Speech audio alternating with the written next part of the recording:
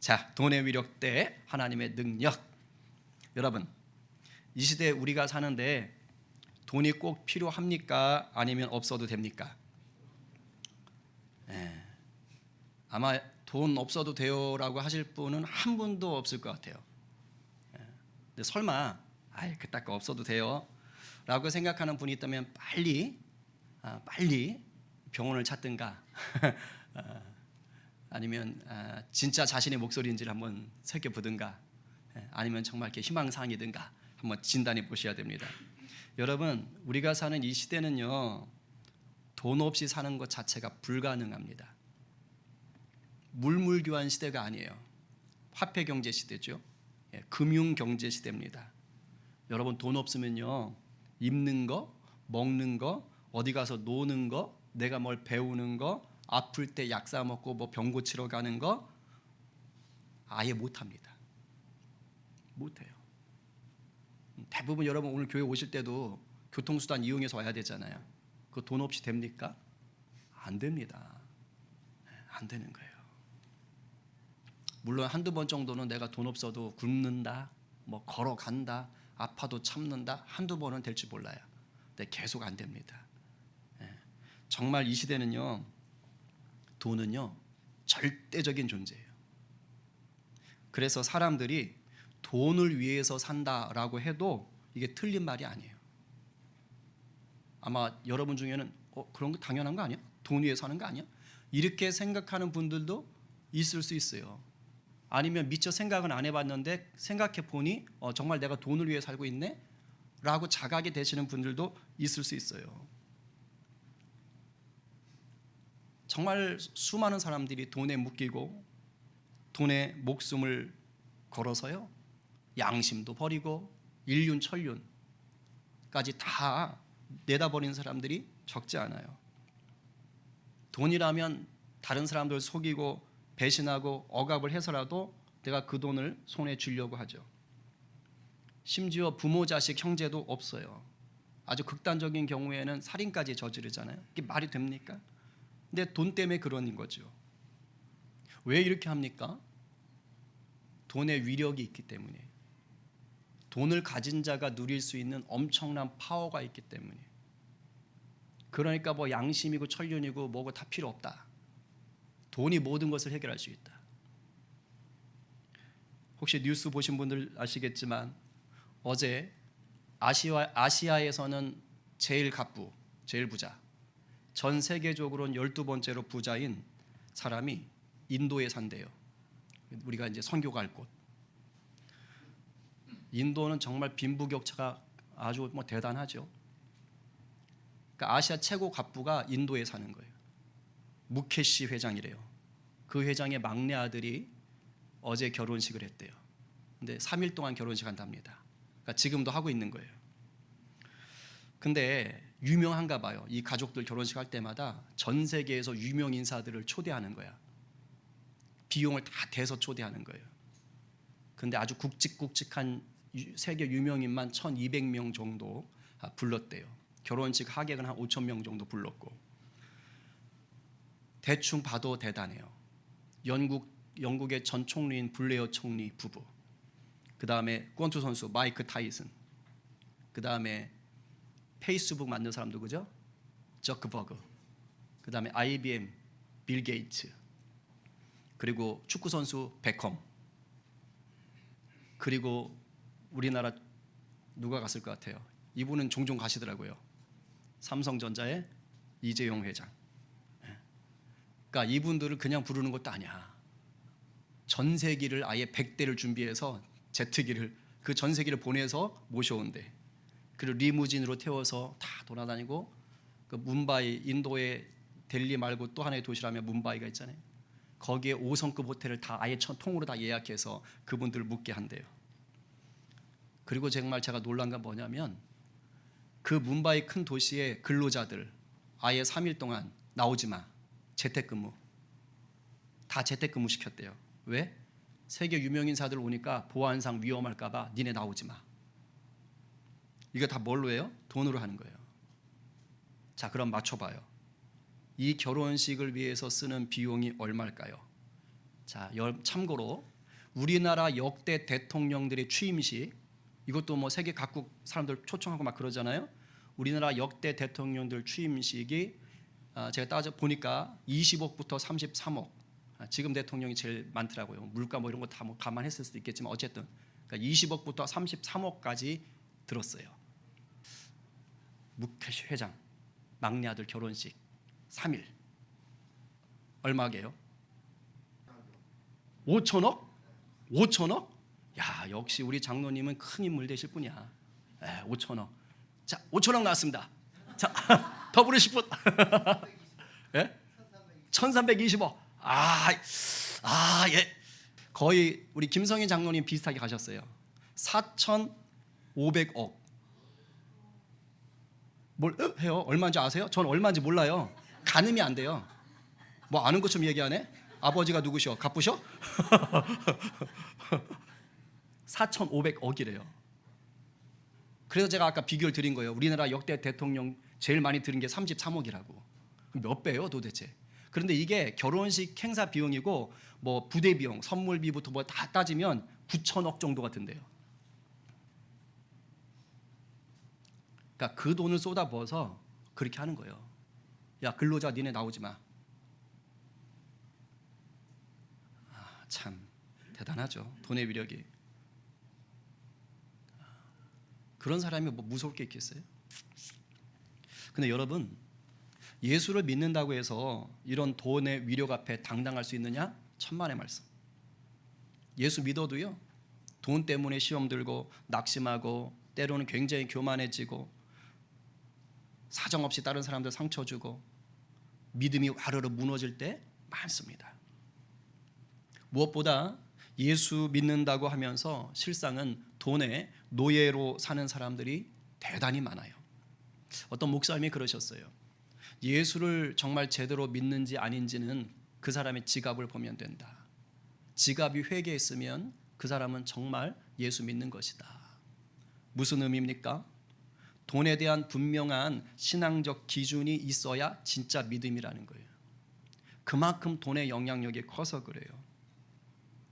분명한 신앙적 기준 여러분 가지고 계세요? 아니면 그냥 돈의 위력 앞에서는 신앙이고 뭐고 그냥 싹 다 쥐어놓고 사십니까? 여러분, 돈 결코 가볍게 볼 상대가 절대 아니에요. 우리가 돈을 다스리지 못하면 돈이 나를 다스립니다. 돈이 나를 다스리게 놔두면 하나님과 등지게 돼요. 돈과 하나님을 동시에 섬길 수가 없어요. 예수님이 말씀을 그렇게 하셨어요. 마태복음 6장 24절. 자, 시작. 한 사람이 두 주인을 섬기지 못할 것이니 혹 이를 미워하고 저를 사랑하거나 혹 이를 중히 여기고 저를 경히 여김이라. 너희가 하나님과 재물을 겸하여 섬기지 못하느니라. 아멘. 우리가 살아가는 이 땅에서는 주인이 뭐 둘, 셋, 넷 될 수 있어요. 뭐 월세나 전세로 살면 일단 주인이 있을 것이고, 내가 집주인 아니니까.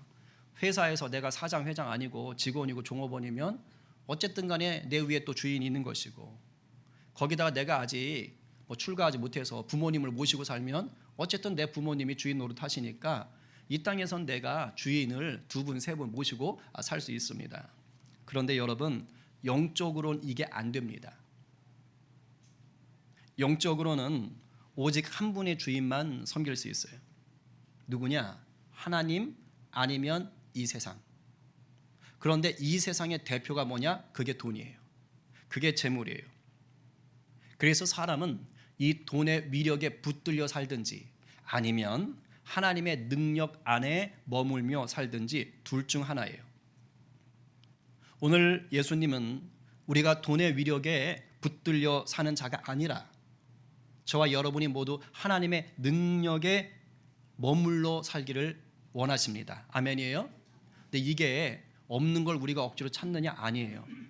이미 이 하나님의 능력 안에 살 수 있는 힘, 십자가와 부활의 권세 앞에서 우리에게 주셨습니다. 아멘? 이미 허락됐어요. 이미 허락된 권세를 우리가 선택만 하면 되는 거예요. 그런 은혜가 있기를 간절히 바랍니다. 이 설교가 주의 말씀으로 들려야 돼요. 사람의 목소리로 듣지 마시고 예수님이 오늘 나에게 주시는 말씀이다. 그럴 때 여러분들의 심령이 치유되고 회복되고 도전받고 새로워지고 강해지는 것입니다. 아멘. 그 은혜가 있기를 바랍니다. 자, 오늘 본문은 지난주 본문과 연결이 되지요. 자, 간단히 돌아볼게요. 우리 지난주에 정말 한 20분 빠지셨거든요. 다시 기억합시다. 자, 큰 부자예요. 거기다가 관원이에요. 거기다가 청년이에요. 그러니까 엄청 부자인데 사회 지도자고 그리고 청년이에요. 근데 그 사람이 예수님께 헐레벌떡 찾아와서 무릎 꿇고 선생님, 제가 어떻게 하면 영생을 얻지요? 내가 무엇을 해야 영생을 얻지요? 라고 질문합니다. 그래서 계명을 지켜라. 10계명, 5계명부터 10계명을 쭉 얘기했어요. 그랬더니 그거 어려서부터 저 다 지켰는데요? 저 확실한 사람인데요? 라고 말해요. 그러니까 예수님이 사랑스럽게 보시면서 그 사람도 스스로도 모르고 있었던 그 약점, 정곡을 찌르는 말씀을 하시지요. 그래? 아이고 귀하다. 자, 그러면 네가 가지고 있는 재산 다 팔아서 가난한 사람들한테 줘. 그리고 나를 따르라. 라고 얘기를 합니다. 자, 그러자 그 대단했던 사람이 어떻게 합니까? 완전히 기가 죽어요. 풀이 죽어요. 그리고 뭐 하는 거예요? 재물을 포기하지 못하고 돌아갑니다. 그러니까 이 청년은, 부자는, 이 관원은 영생에 이르는 구원을 찾으러 왔다가 그거를 오히려 포기하고 자기는 재물을 선택한 거예요.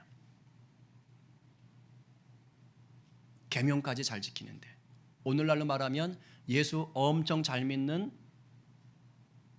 국가 고위 공무원이고 부자이고 거기다 아직 결혼도 안 한 청년이고, 그런 사람이 똑같이 이렇게 된 거예요. 부자 관원 청년의 모습이 사라졌어요. 그러자 예수님의 제자들과 대화를 합니다. 23절 다시 읽겠어요. 시작. 예수께서 둘러보시고 제자들에게 이르시되 재물이 있는 자는 하나님의 나라에 들어가기가 심히 어렵도다 하시니. 여러분, 이거 굉장한 폭탄 발언. 왜냐하면 유대인들이 구약을 통해 알고 있었던 세계관을요 완전 뒤집는 거예요. 유대인들이 구약을 통해 배운 것은 재물은, 돈은 하나님이 주시는 복이다, 이렇게 알고 있어요. 욥 부자, 아브라함 부자, 야곱 부자, 이삭 부자, 요셉 부자, 다윗 부자, 솔로몬 부자. 구약에 나오는 모든 위인들 다 부자. 그러니까 다 복인 거예요. 실제로 구약은 이렇게 말을 해요. 신명기 28장 6절 8절. 자, 시작. 내가 들어와도 복을 받고 나가도 복을 받을 것이니라. 여호와께서 명령하사 네 창고와 네 손으로 하는 모든 일에 복을 내리시고 네 하나님 여호와께서 내게 주시는 땅에서 내게 복을 주실 것이며. 그러니까 하나님이 엄청나게 복을 때려 부어 주신다는 거예요. 좋으시죠? 별 감흥이 없으세요? 이 복이 싫으세요? 자, 그럼 더 좋은 거 하나 더 있어요. 자, 잠언 10장 22절. 자, 믿음으로 받으세요. 자, 시작. 여호와께서 주시는 복은 사람을 부하게 하고 근심을 겸하여 주지 아니하시느니라. 자, 이렇게 살고 싶어요, 싫어요? 부하게 한다는데 걱정을 안 주신대잖아. 그거 얼마나 좋아, 그렇지? 여러분, 이게 구약적 사고예요. 이게 구약적 사고라고. 그러니까 이렇게 알고 있었으니까 유대인들에게 있어서 부자는요 존경의 대상이에요. 그러니까 우리나라 사람들은 좀 부자를 막 좀 이렇게 비판적으로 보는 시각이 있는데 유대인들은 안 그랬어요. 왜냐하면 하나님이 복 주신 자거든요. 근데 이런 유대인들에게 지금 예수님이 뭐래요? 야, 재물이 있는 사람 하나님 나라 들어가는 거 겁나게 어렵다, 이렇게 말씀하신 거예요. 여기서는 여러분 부자라고도 안 했어요. 지금 예수님이 처음에는 재물이 있는 자라고만 하셨어요. 무슨 뜻이에요? 야, 돈 갖고 있으면 하나님 나라 들어가는 거 뭐 불가능한 건 아니지만 어려워. 그러니까 부자도 아니라니까 지금. 그러니까 여러분 다 해당되는 거예요.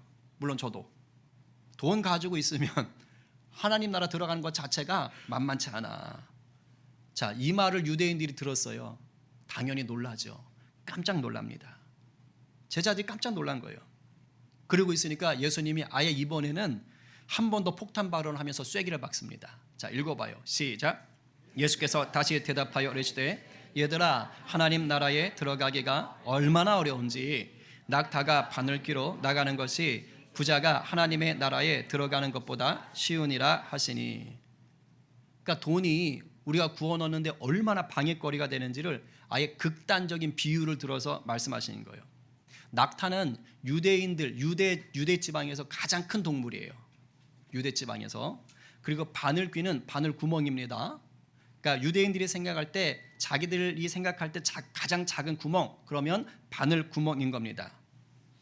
근데 지금 뭐라고 하는 거예요? 예수님이 부자가 하나님 나라에 들어가는 것보다 차라리 낙타가 그 바늘 구멍을 통과해서 가는 게 더 쉽다라고 얘기하는 거예요. 근데 아마 어떤 목사님들 설교나 주석을 보시면 이렇게도 말을 해요. 여기서 그 바늘 구멍은 진짜 바늘 구멍이 아니고 예루살렘 성전에 있는 그렇게 큰 문 옆에 난 조그만 문이다. 이제 이렇게 설교하거나 하는 것들을 들어보신 분이 있을 텐데 예수님 시대에는 그런 문 자체가 없었답니다. 그건 나중에 생긴 문이래요. 그러니까 역사적으로 없던 거예요. 그래서 엄밀히 말하면 예수님은 그냥 조그만 문을 얘기한 것이 아니라 그야말로 바늘 구멍을 얘기하신 거다라고 보시는 게 맞습니다. 그러니까 무슨 말이에요? 낙타가 조그만 문을 어떻게 들어갈 수 있을지 모르겠어요. 이게 구부려가지고 이렇게 해서 당기면, 근데 바늘 구멍은 아예 불가능하죠. 그러니까 예수님이 지금 이 비유는 뭐예요? 부자는 천국 들어가는 게 거의 불가능할 지경이다 라고까지 얘기하는 셈인 거예요. 아주 극단적인 과장법의 강조법을 쓰신 겁니다. 그러니까 지금 제자들이 여기까지 말을 들으니까요 완전히 어안이 벙벙한 거예요. 그래서 마치 자기들끼리 전기가 통한 듯 찌찌뽕한 듯이 이렇게 말을 하고 있는 거예요. 자기들끼리. 에? 야, 부자가 구원을 못 받아? 야, 부자가 구원을 못 받으면 대체 누가 구원을 받아? 그러니까 자기들끼리 지금 이렇게 얘기를 하고 있는 겁니다. 그러니까 지금 제자들은요 충격이에요. 왜냐하면 누가 뭐라고 해도 구원받는데 1순위였어야 할 그 부자 관원 청년이 지금 구원받겠다고 왔었잖아요. 그것도 놀라운데 또 그냥 갔어. 하느님 나라에 보화를 쌓으라는 말을 거부하고 돈을 포기하기 싫어서 그냥 갔단 말이에요. 그러니까 그걸 지금 본 것도 충격인데, 그런데 예수님이 거기다 대고 뭐라고 얘기하는 거예요? 재물이 있으면 구원받기 어려워. 부자는 거의 불가능해 라고 생각하는 거예요. 그러니 이 제자들은 야, 그럼 구원받기는 다 글렀나 보다. 대체 누가 구원을 받을 수 있지? 이렇게 지금 생각을 하는 거예요. 27절 읽기 전에 도대체 예수님이 왜 이렇게 말씀을 하시느냐, 오늘 요것을 좀 여러분들이 은혜로 받으셔야 돼요. 그리고 도전을 받으셔야 돼요. 예수님도 구약을 잘 아시고 유대인으로 오셨어요. 누구보다 구약 잘 아세요. 그런데 예수님이 지금 이 구약의 세계관을 뒤집는 것 같은 말씀을 하시잖아요. 근데 그게 아니에요. 정확히 말하면 구약의 세계관을 바로 잡으시는 거예요. 말씀을 바로 세우시는 거예요. 유대인들이 그동안 잘못 알고 잘못 살고 있는 것을 깨닫게 하시는 거예요. 동시에 오늘 우리도 유대인들처럼 잘못 알고 있다면 깨닫고 돌이키라고 말씀하시는 것입니다. 여러분, 유대인들 생각처럼 재물의 복, 즉 돈은요 하나님이 주시는 게 100% 맞습니다. 그 당연한 거예요.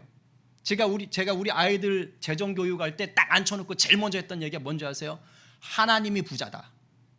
모든 것은 하나님 것이다. 하나님이 다 주시는 거다. 우리 거 없다. 성경에 써 있어요. 다윗이 이렇게 고백합니다. 역대상 29장 11절 12절. 자, 시작. 여호와여, 위대하심과 권능과 영광과 승리와 위엄이 다 주께 속하였으니 천지에 있는 것이 다 주의 것이로소이다. 여호와여, 주권도 주께 속하였사오니 주는 높으사 만물의 머리이심이니이다.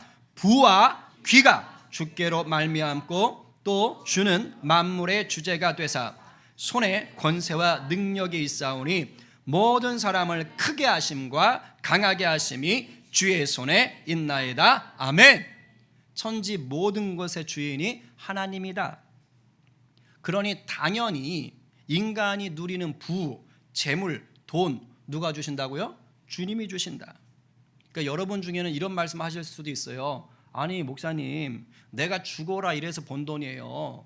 내가 지혜롭게 투자해서 번 돈이에요. 근데 이게 어떻게 주님이 주신 겁니까? 라고 말씀하실 수 있어요. 그런데 그것도 주님이 허락하셔야 되는 겁니다.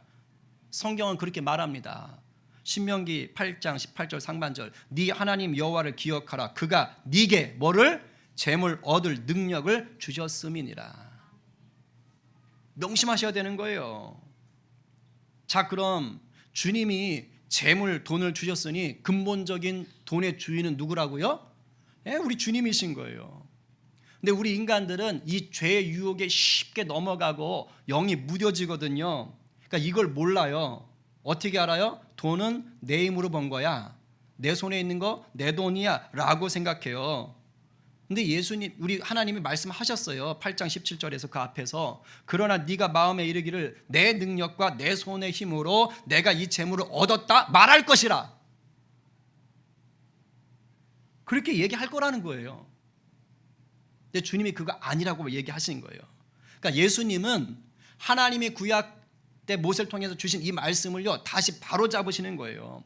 야야야, 돈의 주인을 주님으로 여기지 않고, 돈의 주인이 하나님이라고 여기지 않고 너희를 자신이라고 믿고 그렇게 쓰고 있구나. 지금 니네가 그렇게 살게 되면은 결국엔 하나님이 아닌 돈을 너희들이 주인 삼고 살게 된다. 그러면 어떻게 되느냐? 자연스럽게 구원과는 멀어진 인생으로 산다. 지금 예수님이 이걸 폭로해 주시는 거예요. 여러분, 예수님이 부자라고만 하지 않았단 말이에요. 재물이 있는 자라고 했던 것에 주목하셔야 돼요. 근데 사실 우리는요, 이 본문을 그냥 떠올리면 부자에게만 적용되는 줄로 착각해요.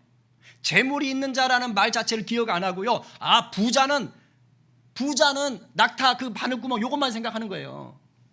근데 예수님은 분명히 재물이 있는 자라고도 얘기했단 말이에요. 그러니까 여러분 중에 이 본문을 생각하면서 난 부자가 아닌데, 그러니까 나하고는 이런 거 상관없어. 이 본문 적어도 나는 돈에 있어서만큼은 이렇지 않아. 나는 구원에서 탈락하지 않았어. 돈 문제는 난 확실해. 착각하지 말라고요. 부자를 얘기하신 게 아니고요, 재물이 있는 자부터 예수님이 말씀하셨어요. 재물이 있는 것 자체가 하나님 나라에 들어가는 것을 방해한다고요. 오해하지 마십시오. 돈 자체가 나쁘다는 뜻 절대 아닙니다. 가치 중립이에요. 돈 자체를 여러분에게 아예 사용하지 말라는 뜻도 절대 아니에요. 없으면 안 된다니까요. 지금 예수님은 이 말을 누구에게 하는 것이냐? 재물은 내 거야. 내 수중에 있으니, 내 통장에 있으니 이건 내 거야 라고 내가 돈의 주인이라고 생각하는 사람들, 그런 자들에게 말씀하시는 거예요. 이런 사람들은 내가 돈이 많든 적든 어떻게 될까요? 돈에 묶여버려요. 돈에 질질 끌려다닙니다. 저도 억수로 가난해 봤거든요. 제가 알아요, 그 심정을. 나는 가난해, 대부분 상대적입니다. 나는 가난해 라고 생각하는 사람들은 어떻게 될까요? 돈이 주인된 사람들 중에 나는 가난해 라고 생각하는 사람들은 앉으나 서나 생각이 뭐예요? 주님 생각이 아니에요. 앉으나 서나 머니 생각, 돈 생각. 돈 좀 많이 가진 주인이 되고 싶은 거예요. 돈 많은 주인. 그래서 마음껏 써보고 싶어요. 여기 한이 맺혀 있어요. 제가요, 청년들 아이들 얘기해 보잖아요. 다 그 얘기하고 있어요. 돈 좀 많이 벌고 싶대. 한이 맺혀 있어. 한이. 돈벼락 맞고 싶대. 정말 앉으나 서나 돈 생각. 심하면 어떤 일까지 벌어지는지 아세요? 돈 되는 거 아니면 안 움직여. 자원봉사 그런 거 없어. 돈이 돼야 돼. 수련회 돈 안 주면 안 가. 오늘날 시대가 그래요. 요즘 부모들이 청소년 수련회 보내는 게 이게 그냥 보내지는 게 아니에요. 딜을 하는 거. 딜. 내가 얼마 줄 테니 이번에 갔다 오자.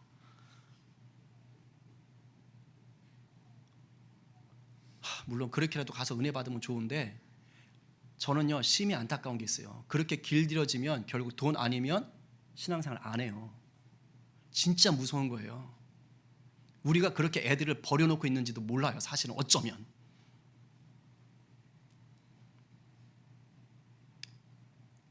근데 예수 믿어도 이렇게 사는 거예요. 돈. 제가 지난주에 한 청년하고 그런 얘기를 했지만, 예수 믿고 신앙 있으면 근데 돈이 주인되어 있으면 이렇게 멋지게 포장이 됩니다. 야, 내가 정말 돈만 많으면 헌금 많이 하고 싶어. 내 돈만 많으면 여기저기 어려운 데다가 후원 팍팍 하고 싶어. 여름 성경학교 김수영 집사님 계좌 얼마 어디야? 야, 그냥 꽂아. 그냥 100만 원 막 할 수 있을 텐데 돈이 없네. 야, 내가 돈만 많으면 진짜 멋지게 신앙생활 할 텐데 라고 생각하기가 쉬워요. 그래 안 그래요? 아니, 그런 생각 안 하세요? 그 정도는 좀 생각해 주시라. 좀 너무하네. 자, 그런데 여러분, 이런 생각 자체도 속는 걸 수 있다고요. 근데 제가 이번 주에 참 놀라운 경험을 했어요. 내가 이런 인간이구나.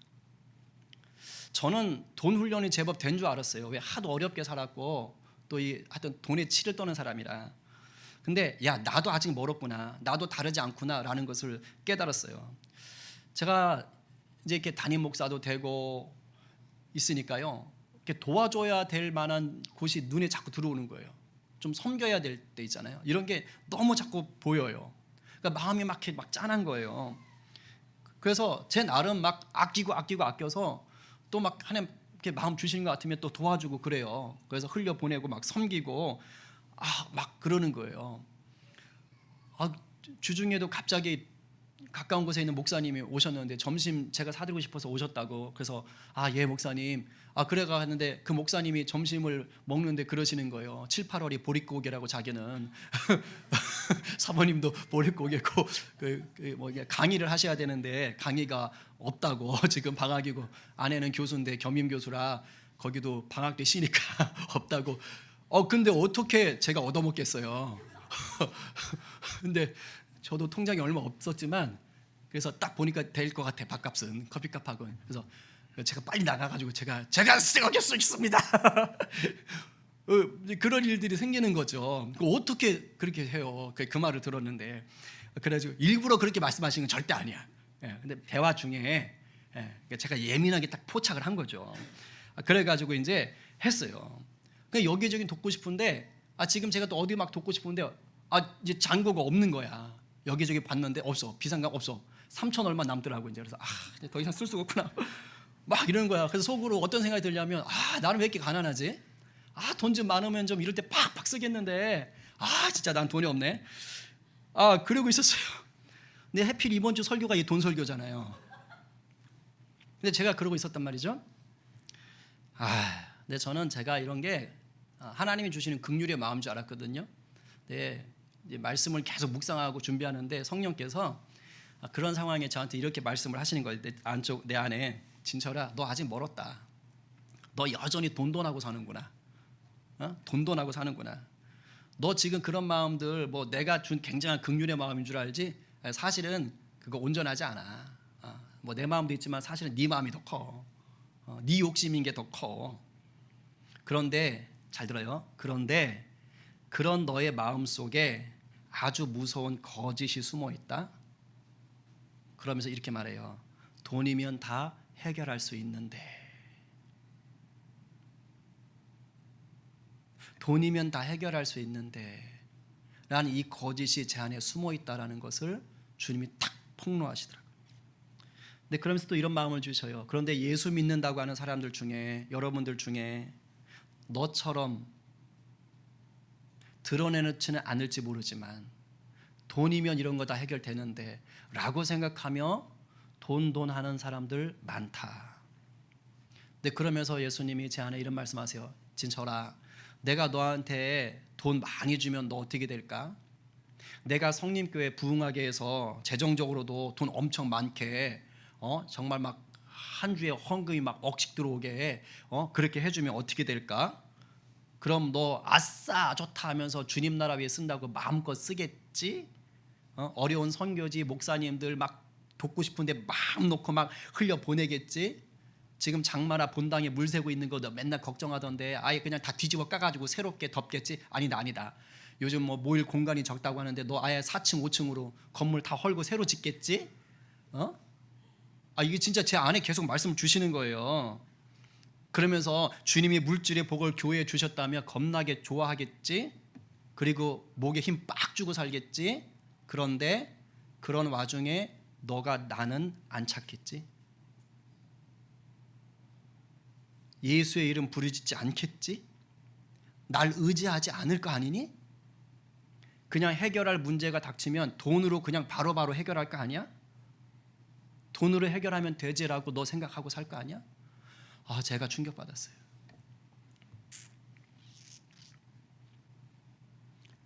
돈이 있으면 쉽게 해결돼요.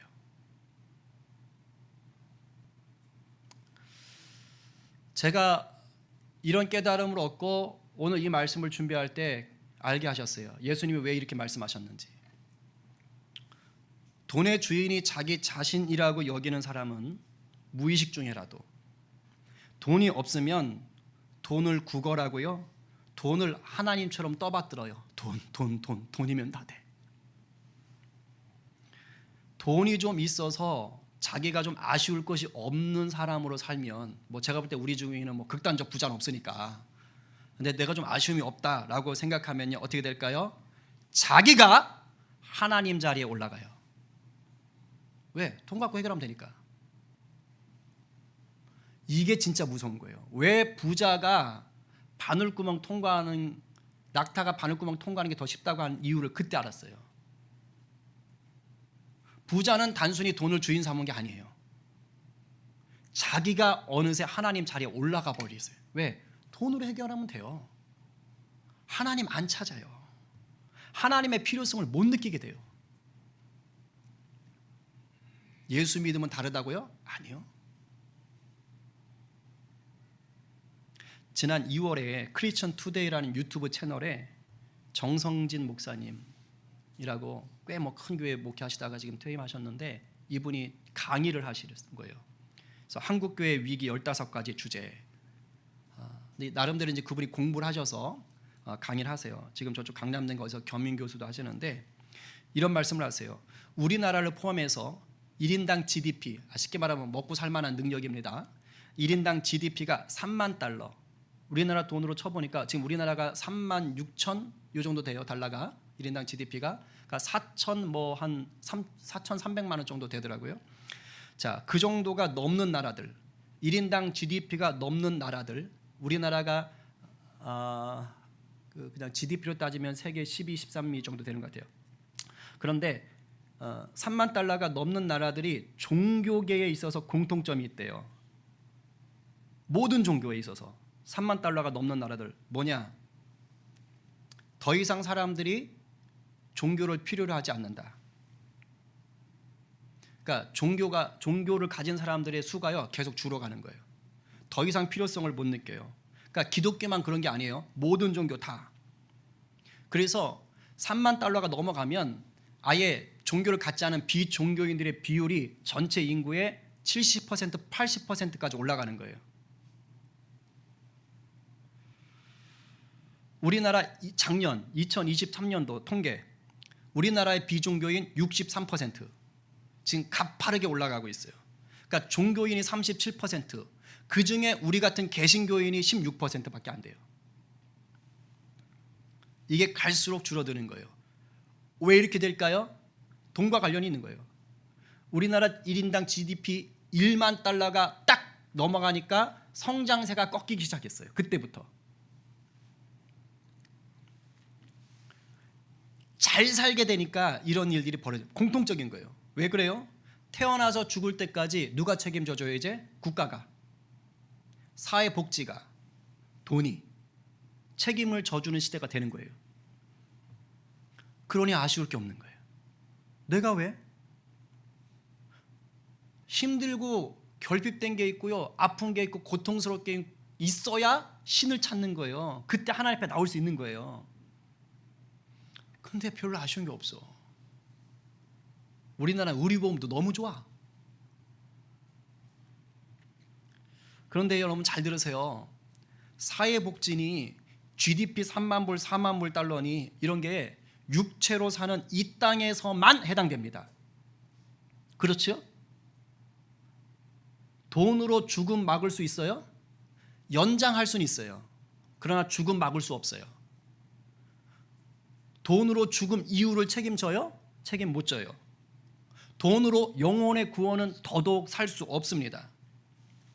그래서 여러분, 우리가 다 속고 사는 거예요. 지난주 본문에 나온 부자 관원 청년처럼 살고 있는 거예요. 문제가 없는 줄 알고 살고 있는 거예요. 그래도 이 청년처럼 나에게 구원이 없구나 이렇게 깨닫고 와가지고 혹시라도 예수님 만나서 구원의 문을 열고 들어오면 다행인데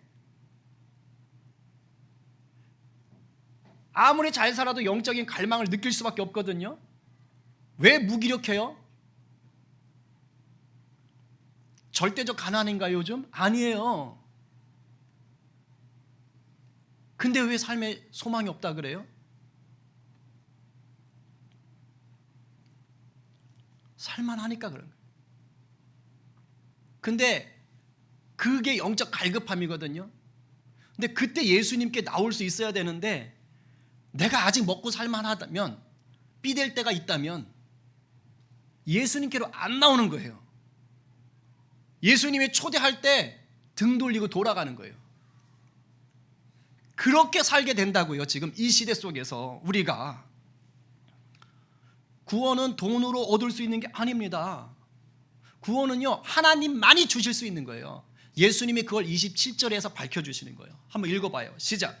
예수께서 그들을 보시며 이르시되 사람으로는 할 수 없으되 하나님으로는 그렇지 아니하니 하나님으로서는 다 하실 수 있느니라. 아멘. 하나님만이 구원을 주실 수 있다는 말입니다. 그래요. 돈으로는 절대 구원을 살 수가 없어요. 오직 하나님의 은혜만이 우리를 구원하세요. 예수 그리스도를 구주로 내 삶의 주인으로 영접한 자만이 구원을 누려요. 그럼 돈은 뭐죠? 돈은요 우리가 주님의 백성으로 사는데 꼭 필요한 도구예요. 목적이 아니고 꼭 필요한 도구. 아셨어요? 목적이 아니라고요. 꼭 필요한 도구. 그러니까 돈 자체는 나쁠 게 없어요. 여러분이 돈을 어떤 자세로 대하는가가 중요해요. 내가 돈의 주인이 아닙니다. 천지의 모든 것의 주인은 내 주님 하나님이세요. 그 주님께서 우리에게 돈을 맡기시는 거예요. 재정을 맡기시는 거예요. 그걸 벌 수 있는 능력을 주신 거예요. 우리는 돈의 주인이 아니고 청직이에요. 관리자예요. 내가 얼마를 맡았는지 중요하지 않아요. 2달란트, 5달란트 맡았으면 최선을 다해서 주님을 위해서 일하세요. 게으르지 말고 열심히 그것을 활용하세요. 그러면 주님이 남기게 하시는 거예요. 그리고 착하고 충성된 종아라고 칭찬하시고 물질을 더 하시는 겁니다. 이게 하늘나라의 복의 원리인 거예요. 그러니까 여러분들이 얼마를 갖고 있든 그것을 주님 나라 위에 쓰면 그랬다고 여러분 자신을 위해서 쓰지 말란 얘기 아니에요. 여러분도 가꾸셔야죠. 근데 하나님이 기뻐하시는 선 안에서 하란 말이에요. 그러면 그 자체로 충분히 아름답고 복된 인생인 것입니다. 정리할게요. 여러분 돈 때문에 주눅 들고 비굴해지고 삭막하기 쉬운 세상입니다. 그렇죠? 돈 때문에 반대로 교만해지고 난폭해지고 비참해지기도 쉬운 세상입니다. 돈의 주인이 되려고 하다가 돈의 노예로 살기 때문이에요. 내가 돈의 주인 되려고 하다 돈의 노예로 살기 때문. 이렇게 살면 구원에서 멀어진 인생으로 살면서 끊임없이 영적인 목마름을 해결하지 못해요.